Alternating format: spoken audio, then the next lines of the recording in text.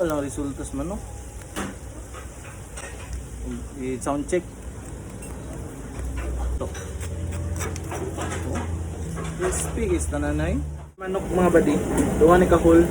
Ato na siya mo fried chicken. Karang mura bito sa libi. Gamit ko na seasoning salt. Na ni siya paprika, onion powder, salt, na siya celery powder, na siya garlic powder, o pepper. Sa isa ka whole o isa ka kilo, 1 tablespoon yung ibutang.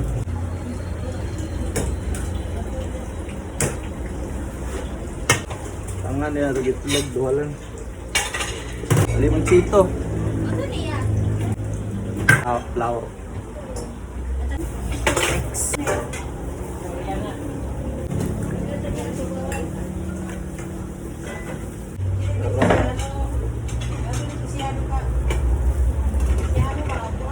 Net lang na natong mga 2 ka oras. Pero kung pwede overnight, mas tada na overnight sa fridge.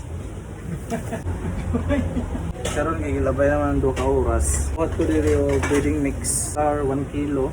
Start sa 1/4. Ito yung kaning seasoning. Sa 1 kilo, isa mga kutsara. Ipano isang kutsara ni. Sa butang o gamay. Okay, na may 1/4 nga starch. Mix na. Para ito itong chicken. Di marinate kayo na. Ato na yung breaded. Importante kaya mo kayo nga matunan ninyo. Wet and dry hands. Kung mag-coat mo ka ng para fried.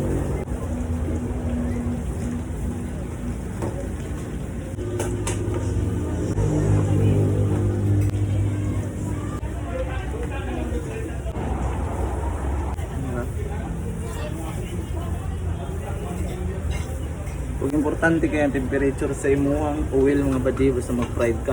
Ako wala ko thermometer mong good. Kasi sige ni magluto aning fried o dibalaan na mo ang technique mga badi. Oras ni mo i-drop ang manok o yan na rin si mga gamot. Si kusinero na sila mga tumagi ng mga technique.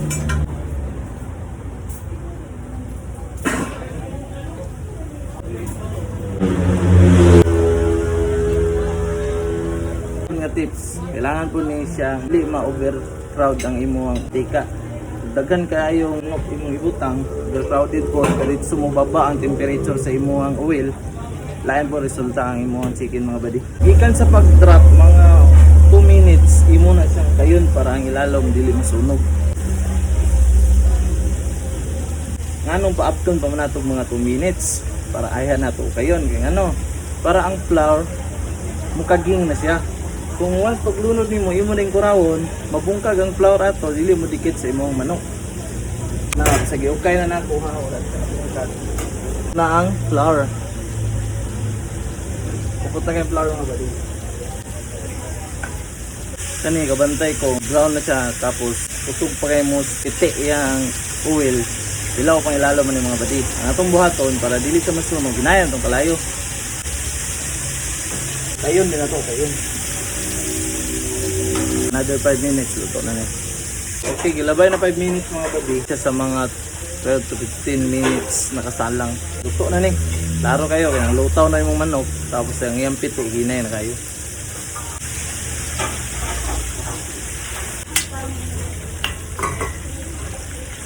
Katsada lang kung kabulog ka ba na siyang kainit. Ang imong oil dugay mo itom. Dili ka sige bailog oil. Okay mo oil. Ang flour na nga gikan sa manok nakalugdang man. Once mo drop na bugay mo nang kurawon.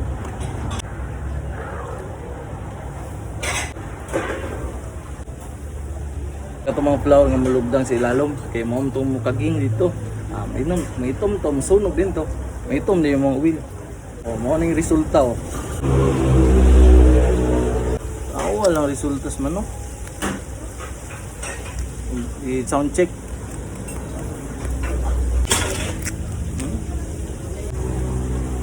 Sound check nito. Crispy is tananay.